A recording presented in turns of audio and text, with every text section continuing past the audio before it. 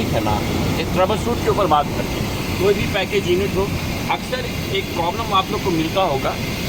Problem ये मिलता है, कंप्रेसर चल रहा है लेकिन ब्लोअर मोटर नहीं चल रहा। ब्लोअर मोटर या ब्लोअर व्हील, दो चीज़ों के यहाँ रखते हैं एक साथ। ब्लोअर मोटर या ब्लोअर व्हील नहीं चल रहा है लेकिन कंप्रेसर चल रहा है।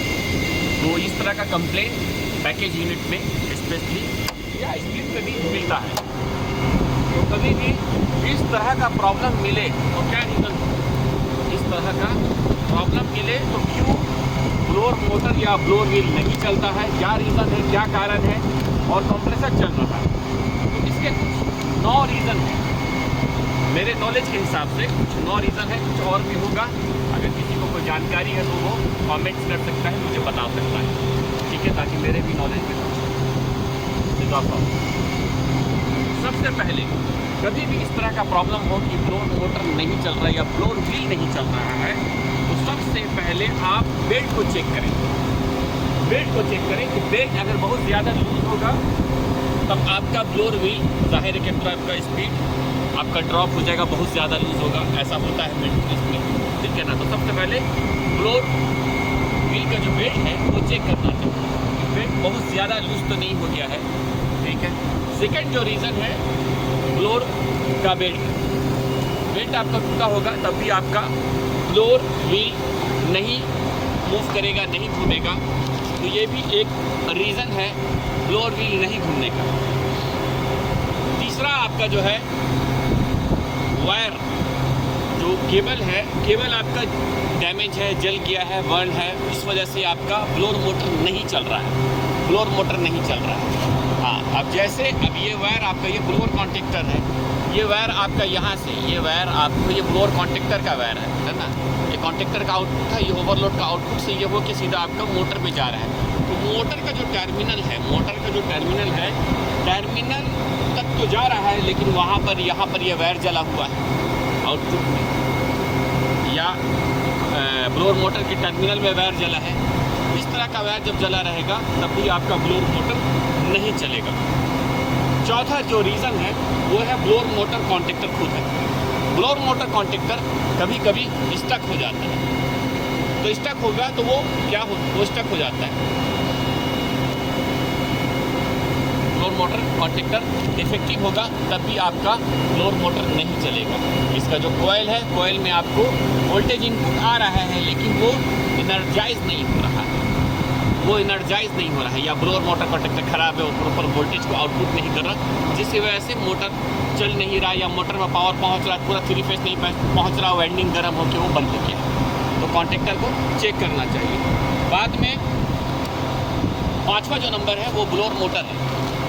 ब्लोअर मोटर है, अगर ब्लोअर मोटर खुद इफेक्टिव होगा, जो उसका इंटरनल वायरिंग है, तब भी आपको इस तरह का सेम प्रॉब्लम मिलेगा। नंबर 6 जो है वो पीसीबी है। पीसीबी है तो पीसीबी जो है, मान लीजिए आपको वो आउटपुट नहीं दे रहा है। पीसीबी जैसे ये आपको 14 नंबर है, जामिल की बात कर रहे हैं, है ना। सब एसी का नंबर अलग अलग होगा, हर कंपनी का अलग अलग होगा। तो ये पीसीबी में जामिल जो नंबर यूज़ कर रहा है 14 नंबर, ये आईडीएफ लिखा हुआ इंडोर फैन। तो ये ब्लोअर मोटर कॉन्टेक्टर को ये रिले है, ये काम करता है, ठीक है। तो ये मान लीजिए ये रिले आपका एनर्जाइज नहीं हो रहा है, वोल्टेज वो ले रहा है, सिग्नल ले रहा है थर्मोमीटर से, लेकिन आउटपुट नहीं दे रहा है, इसलिए आपका ब्लोअर मोटर कॉन्टेक्टर एनर्जाइज नहीं हो रहा है और आपका कंप्रेसर को वो पावर दे रहा है, यानी कि रिले और फंक्शनिंग कर रहा है, सही से काम नहीं कर रहा, वो एनर्जाइज नहीं हो रहा, वो एनसी नहीं हो रहा है। तो पीसीबी का ये रिले डिफेक्टिव होने की वजह से ब्लोअर मोटर कॉन्टेक्टर एनर्जाइज नहीं हो रहा है, इस वजह से ब्लोअर मोटर नहीं चल रहा है। नंबर 6। नंबर 7 हो गया आपका ओवरलोड। ओवरलोड भी खराब होने से आपका ब्लोअर मोटर नहीं चलेगा, ब्लोअर मोटर नहीं चलेगा, यानी कि कॉन्टेक्टर इनपुट ले रहा है, वोल्टेज आउटपुट भी कर रहा, ब्लोअर को इनपुट कर रहा, लेकिन ओवरलोड आउटपुट नहीं कर रहा, ओवरलोड आउटपुट नहीं कर रहा। और कभी कभी आपका ओवरलोड ट्रिप होने से भी, किसी वजह से आपको जब आउटपुट होगा तब भी आपका ये ओवरलोड काम नहीं करेगा और आपको आउटपुट वोल्टेज नहीं देगा, यानी कि ट्रिप या ये ख़राब होने से, दोनों से आपका ब्लोअर मोटर नहीं चलेगा। टेक्नीशियन को चेक करने की ज़रूरत है, जो प्रॉब्लम उसको सॉल्व करने की ज़रूरत है। 8वां नंबर है आपका थर्मोस्टेट। थर्मोस्टेट जो है वो सही से काम नहीं कर रहा है, थर्मोस्टेट ख़राब है, डिफेक्टिव है, वो ब्लोअर को वोल्टेज नहीं दे रहा है। ब्लोअर को जो वोल्टेज देना चाहिए ब्लोअर मोटर को, सीजी से लेकिन CY1 CY2 दे रहा है, ऐसा होता तो वो सही से काम नहीं कर रहा, तब भी इस तरह का जब प्रॉब्लम होगा तो जाहिर है कि वो तो C1 को और CY2 को दे रहा है लेकिन CG को नहीं दे रहा है। तो जब CG को नहीं देगा तो जब CG को इनपुट नहीं देगा तो आउटपुट कैसे देगा? तो थर्मोस्टेट का ख़राब होने से इस तरह का प्रॉब्लम मिलेगा, आपका ब्लोअर मोटर नहीं चलेगा। टेक्नीशियन को चेक करके उसको प्रॉब्लम को सॉल्व करना चाहिए।